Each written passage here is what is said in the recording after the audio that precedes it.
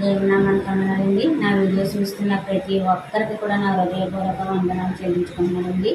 మరి సన్నిధికి వెళ్ళేటప్పుడు నేను ఒకటే ప్రార్థన చేసుకుంటానండి.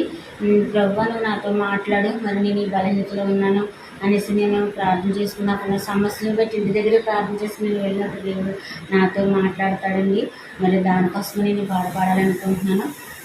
మాట్లాడే దేవా నా యేసయ్యా, మాట తప్పవ నీవు మారనవాడవయ్యా, మాట తప్పవ నీవు మారనవాడవయ్యా, మాట్లాడే దేవా నా యేసయ్యా.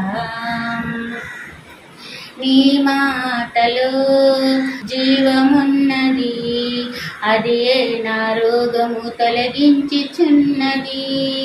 నీ మాటలో జీవమున్నది, అది నా రోగము తొలగించుచున్నది.